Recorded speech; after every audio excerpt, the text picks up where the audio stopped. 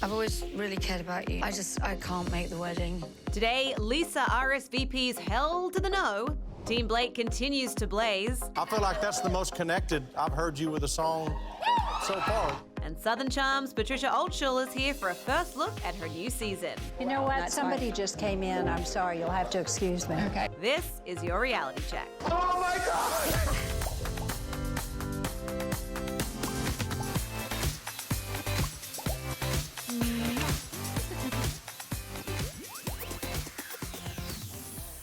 Welcome, everybody. It is Wednesday. We made it halfway through the week, and we have got an incredible show lined up for you today.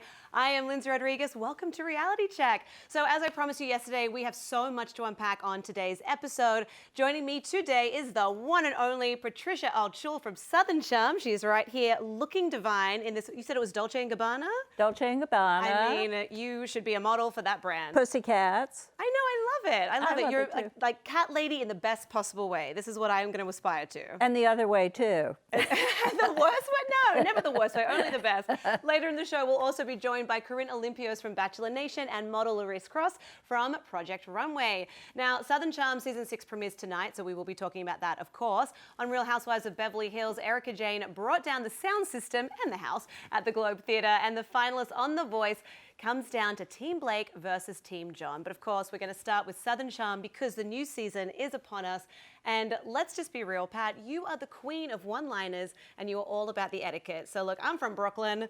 I mean, I'm from Australia originally, but now I live in Brooklyn. So I think I need like a little brush up on my manners and etiquette. So how about a round of cheers or sneers? I'm up for it. Start. Okay. Go ahead. Be my All right. guest. So the first thing, thumbs up or thumbs down, martinis before midday.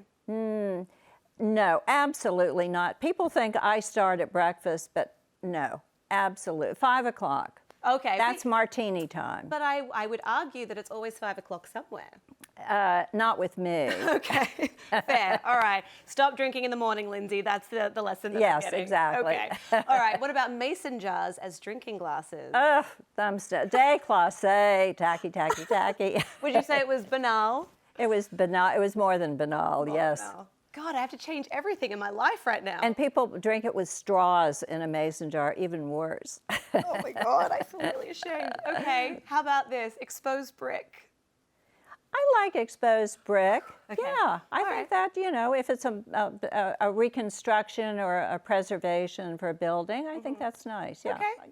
All right, I got one. Great. What about leopard print caftans? Oh, well, we know that we love leopard print caftans. Yes. Absolutely. Big Leopard thumbs is the neutral.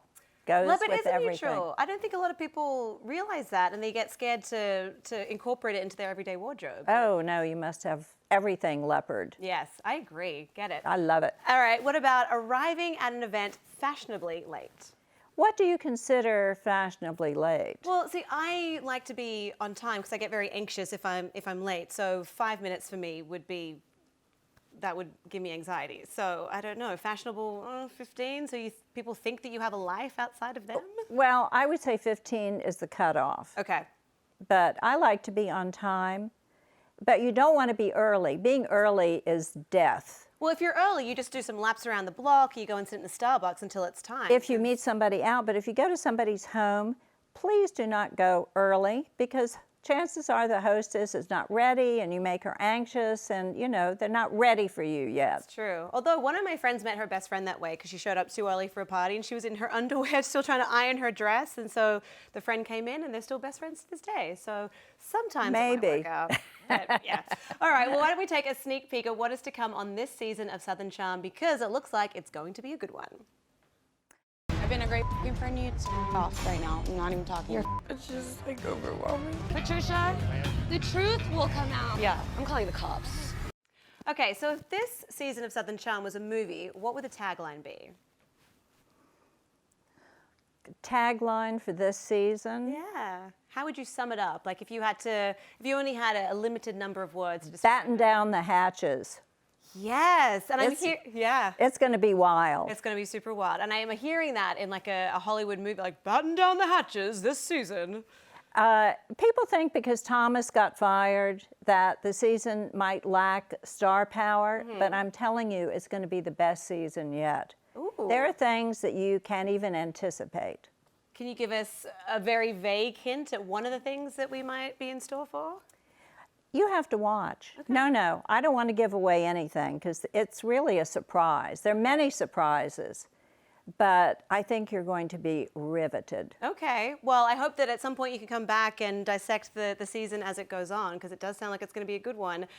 Let's speak about your son, Whitney, because you've spoken in the past about having a certain set of criteria for the kind of woman you would like to see him with, and then at one point you sort of were like, you know what, as long as she's upright. So how is he going these days? Has he met someone that you approve of? Well, he's been seeing the same woman on and off for 5 years. Okay. But he has a predilection for models. I mean, are you like single? Moet? Are you single? I mean, I could be for your son. If that means that you were going to be my mother-in-law, I would sign up for that. Lucky you. Right? And you and Catherine, you're on good terms now? Let me just say one thing about Whitney. Yeah. He works very hard. He did the franchise for Southern Charm. He's working on 2 new programs, you know, producing them. Yeah. And he is not a scallywag reprobate like most of the guys on the show. He would never works. Your son would never be a reprobate. He would never be anything but a gentleman. I would never let him, although he does have one failing. What is that? Which they all do. They use the F word all the time. They what, sorry? Use the F word. Oh, yeah. You know. Well, you can slap that out of them. If anyone can do it, it is you, Pat. It is you. Well, look, thank you so much for being here. As we already said, we're really excited for this season of Southern Charm and to hear more of your one-liners and for you to drop more words of wisdom on us. And as I said, I hope that you can come back and dissect it with us as the show goes on. We are going to take a quick break right now, but when we come back, Corinne Olympios and Liris Crosse will be joining me to talk about those wild ladies of Beverly Hills, so don't go anywhere. This is not the Lisa that I knew. You know, the Lisa that I knew would show up.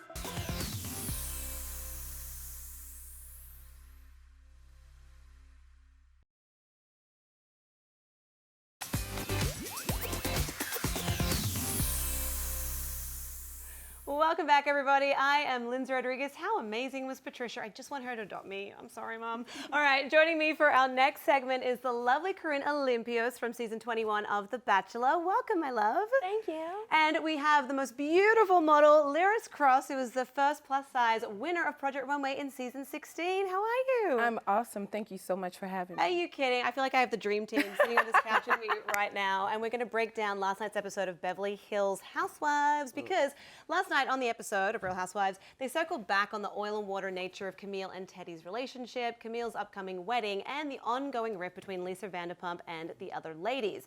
And we also got to see Erica Jane perform to a sold-out crowd of 900, and she was so proud and really, really sweet about it, and it was very touching because her husband came out to support her big night. Let's take a look at that. Putting the show on, it's an expensive project. So I want Tom to see where all the hard work and money have gone. I love you. The most satisfying part of this whole thing is that your partner is your biggest cheerleader. Now, that was a really sweet moment, her acknowledging that her partner supported her, but I really loved it when she said, you know what, I'm not going to pretend that I'm surprised that I got here because I've been dreaming about this and working towards it since I was a little girl. And it was really... It was like unapologetic and not at all arrogant. It was just this realization of this is my dream. And as women, I think sometimes we're not really supposed to be proud of our success. So how did you feel about that moment? And do you ever feel like that as successful women that you're supposed to be a little bit like, oh, I can't believe it's me? I say no. Stand in the power of who you are. Accept your moments. You work hard for it. You should be able to celebrate it and be so, so proud of it. Agreed. What do you think, Corinne? I think exactly the same. If you work hard for something, why not be so proud of it? Yeah, shout be it honest from the about rooftops. it. Absolutely. Yeah. And the fact that it was a childhood dream of hers makes me want to ask you guys, is there something from your childhood that you would still like to achieve in this lifetime that you haven't yet? I would say being on the cover of Vogue. I think that would be amazing, not only as a Black woman, but also as a plus-size woman. That would be an incredible moment for not just you, but for so many people. Yes. So let's keep our fingers crossed for that. Fingers it's going to happen. crossed. I feel it. Thank you. Oh, so many dreams. So many dreams, so many dreams. Honestly, my biggest dream is to actually have like a hit song and do a concert with it being sold out, ironically enough. That's But incredible, though. that literally is a dream of mine. Okay, well, just make sure we're invited to be front row to cheer you on. when Got that you, happens. girls. Okay. Excellent. Well, during the performance for Erica Jane, things took an unexpected turn when she experienced some technical difficulties. So let's have a look at how that went down.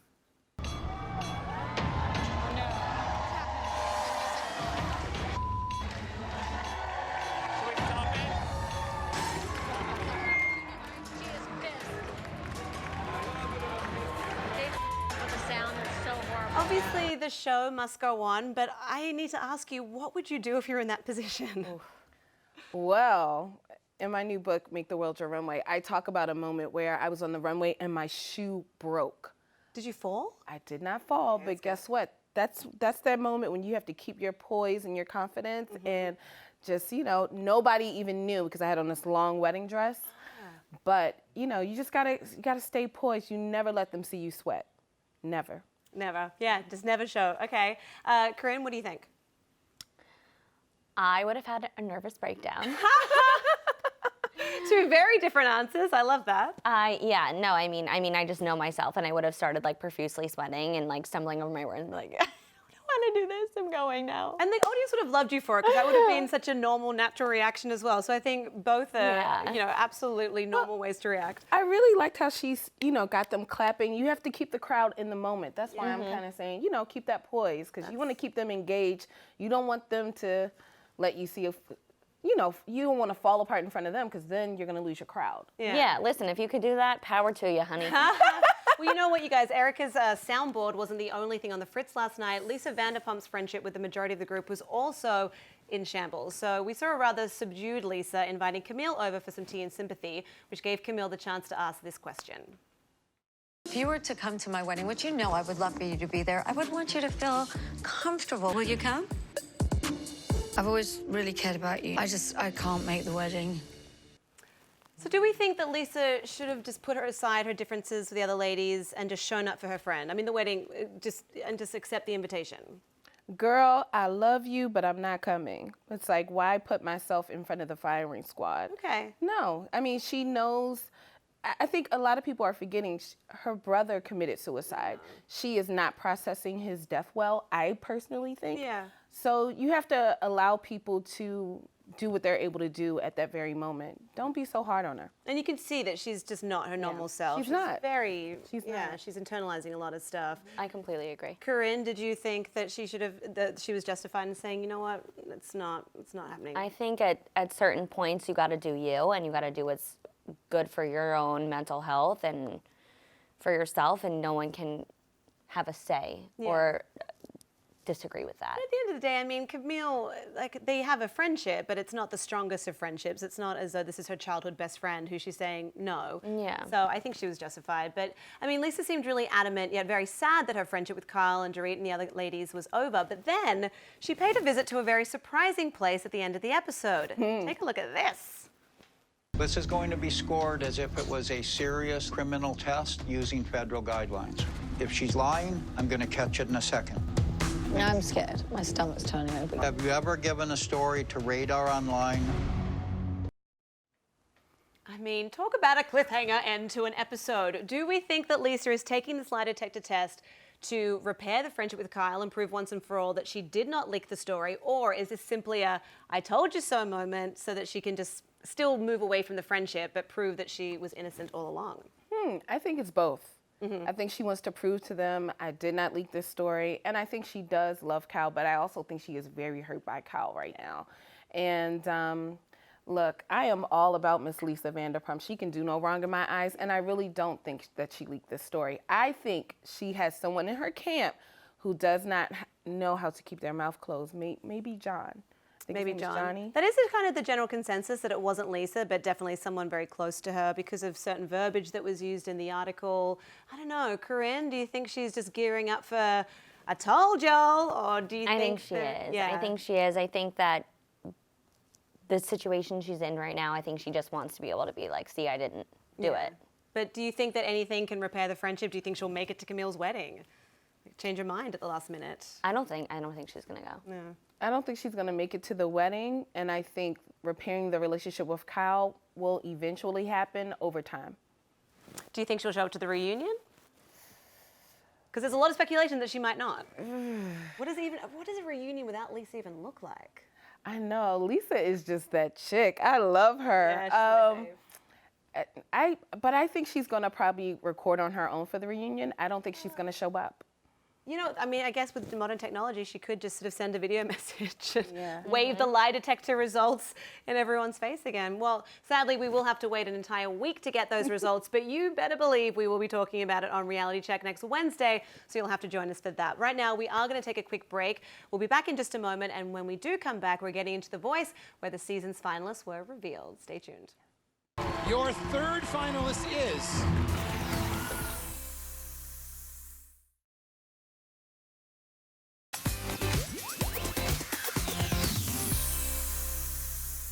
Hey everyone, welcome back to the show.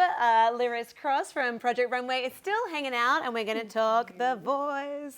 Okay, so last night we saw the live results from the semi-final of The Voice, which means that 4 contestants are now in the top 4, and it was really quite the episode. So Blake Shelton is really killing the competition because he's bringing that country swoon to the masses. He's got 3 mentees going through to the finals. Go Blake. So last night we had Dexter Roberts and Guy Thrigden named as America's top 3, and then John Legend's frontrunner Malin Jarman as America's #1 pick, which meant competition heated up because 4 very talented singers had to compete for the instant save, and it was Andrew Sevener's rendition of Lynyrd Skynyrd's Simple Man that made him the man America wanted to send to the Voice finals. What did you think about that save? Well, I think that he has a great voice. I think it was very hard to choose because they all 3 of the guys, they just have amazing voices. Of course, I was rooting for, in my Issa Rae voice, anybody black. But, so I was rooting for Sean just because I love soul R&B music. Yeah. But I must say, Andrew has an amazing voice as well. And it's, I think also when you get down to, it's like the top 3, top 4, it gets harder and harder and harder to choose because everyone is just at that level. Yes. Yes. Everybody was bringing their A game. Everyone absolutely was. But Blake has been bringing his A game for, for ages now. He's really posed to potentially win another championship, and he's already won 6 over the run of the series. So I'm curious as to what do you think it is about Blake's coaching style that makes him so successful in this series? I think people always want to be attached to winners. And since he's already won, it's like, I want to be with Blake's team. Right. I know he's just got the Midas touch. I want to be down with Blake. It's interesting as well because country typically it's taken a while for it to come to the masses, and we've had artists like Taylor Swift help in Carrie Underwood. But now, like with Blake, I feel like it's becoming one of the most popular styles of music in this country. Well, I feel like country music has always been popular, and who knows, maybe it's Middle America who is doing all of the voting, which is why Blake is winning. I like that you put that emphasis on the voting. I know what you were trying to say there. If you were going to be on the finale of The Voice, what song would you sing? I adore Beyonce, so I would probably do like Love on Top, because that's one of those songs that, it just draws the crowd in and people want to clap their hands. Yeah. That's the thing. When you're on The Voice, you got to get people excited. You got to get them involved. You got to let them feel the music, almost dancing in their chairs. And I think Love on Top is one of those songs. That's such a great song. It's a great choice as well because you're also trying to get America, who's not in the crowd, to vote for you. So you have to come up with a performance and a song that's going to translate through the screen into someone's living room and have them picking up the phone to vote for you. So, all right, we are going to take a very quick break at the moment, but make sure you stay tuned because me and Liris will be right back.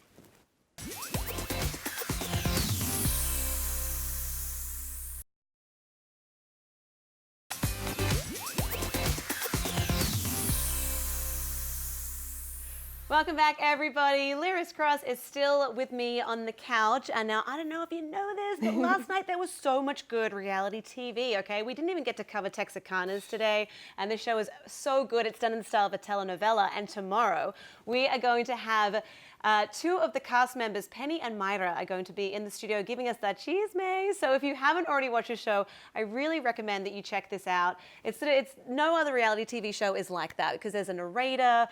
They sort of go back and forth in time. It's just really well done. So you can actually tweet your questions for these 2 firecracker friends using the hashtag realitycheck. And who knows, maybe we will use one of your questions. It would be one less thing for me to do. So help me out. Send in some questions. Now, also tonight, we're all really excited for the finale of Survivor Edge of Extinction, because this has been a whirlwind of a season with so many crazy twists and turns. And tomorrow, make sure you're tuned in, because we will be getting an exclusive interview with the sole survivor, and People Now's very own Survivor Authority, Andrea Belke, will be joining us in the studio to give us the inside scoop on what has been an incredible season. And also tomorrow, as if you needed anything else, there is still more. We'll be covering Real Housewives of New York City, the premiere of Southern Charm, and the cake boss is stopping by, and if he doesn't bring cake, he's not allowed in the studio. Anyway, on that note, I want to say a big thank you to all of my guests today, Pat Altschul from Southern Charm, Corinne Olympios, and of course, Liris, thank you so much for hanging out on this couch and just being the amazing, inspirational person that you are. Please tell everyone where we can find you next. Well, please check out my book. It's called Make the World Your Runway. It's Top Model Secrets to Everyday Confidence and Success. It is where I take my tips that I use on the runway and expound upon them so you can use them on the runway of life. Also follow me on all social media at Liris, Lirisc. And vote for her for president, you guys. I think she would do a really good job. Honestly, you are just absolutely killing the game, and you're showing a lot of women everywhere that anything is possible if you believe in yourself and if you just like keep moving forward towards that goal. So just thank you for being you. Keep at it, and I really hope that you'll come back to Reality Check and dish some more on how things are going in your life. Thank you so much. Everybody, please get it on Amazon. You're gonna love it, and thank you so much for having me. You are wonderful. All right, you guys, in the meantime, make sure you are following us on social media and download the PeopleTV app on your smart TV, your smartphone, or anywhere you stream content, so you never miss a moment of your entertainment favorites and you never miss moments with amazing people like this. I am Lyndsey Rodrigues. What a great show we had today. I'm going to check you tomorrow. Thanks so much for stopping by.